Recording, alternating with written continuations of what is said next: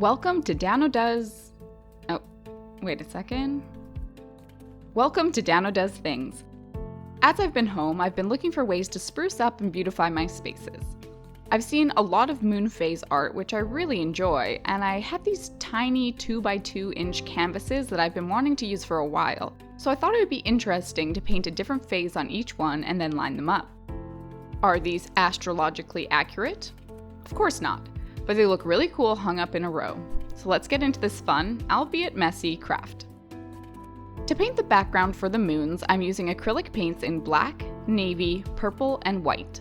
When I paint night skies, I like to have a lot of subtle variations, having some parts inky black while others are lighter, showing flashes of blues and purples to give it more life and depth. To start, I only use a little bit of white to lighten the blue and purple. After that first layer, I'll add just a touch of blue or purple to white paint and stipple it on with my brush to create some highlight. I like to mix up where I put the highlights so each background is a little unique. Next, I'm going to use a really old stiff brush and bring back some solid 4th grade art techniques to make some stars in the sky.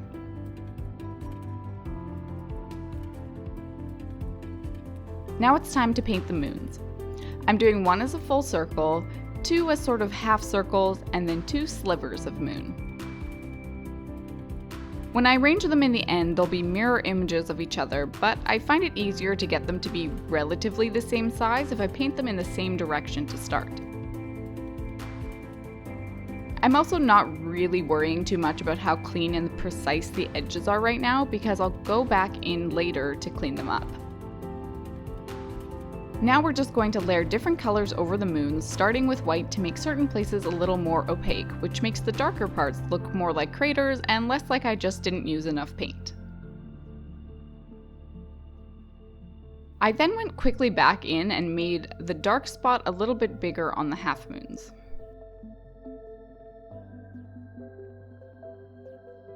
The next layer of color is gray to make some of the craters look even more defined. I try to use a light hand as I can always add more.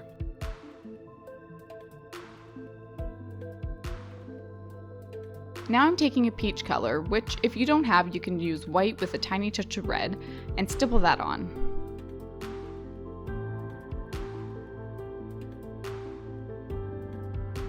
Finally, we are going back in with a tiny brush and using the white to clean up the edges and make them circular.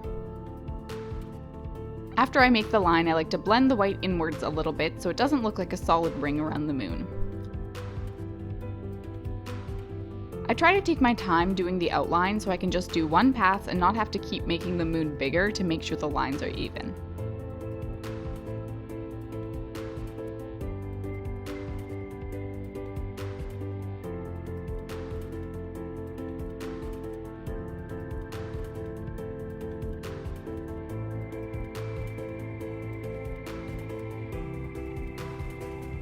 And that's it.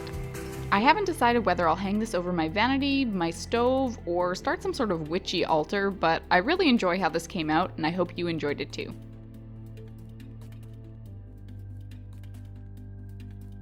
Thanks for watching and we'll see you next time.